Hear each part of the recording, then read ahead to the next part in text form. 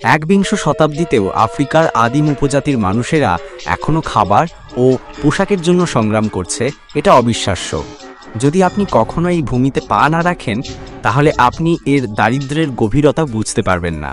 5 বছর ধরে শিশুরা যে পোশাক পরেছে তা ইতিমধ্যেই জীর্ণ এবং গর্তে ভরা, এবং তাদের প্রতিদিনের খাবার কেবল ভুসি দিয়ে তৈরি একটি পেস্ট। তবুও তাদের চোখে এটি একটি বিরল সুস্বাদু খাবার। উপজাতির চিকিৎসা পরিস্থিতি অত্যন্ত দুর্লভ।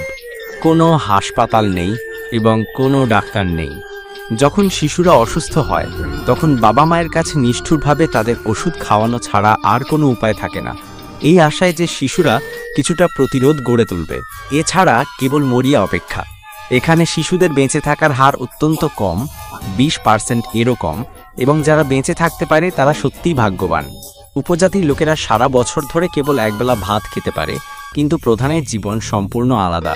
তিনি মাটি এবং পশমের ঘরে থাকতে পারেন। যদিও 80 বছর বয়সী প্রধান অস্থিরভাবে হাঁটেন, তবুও অনেক উপজাতি মহিলা আছেন যারা তাকে বিয়ে করতে আগ্রহী।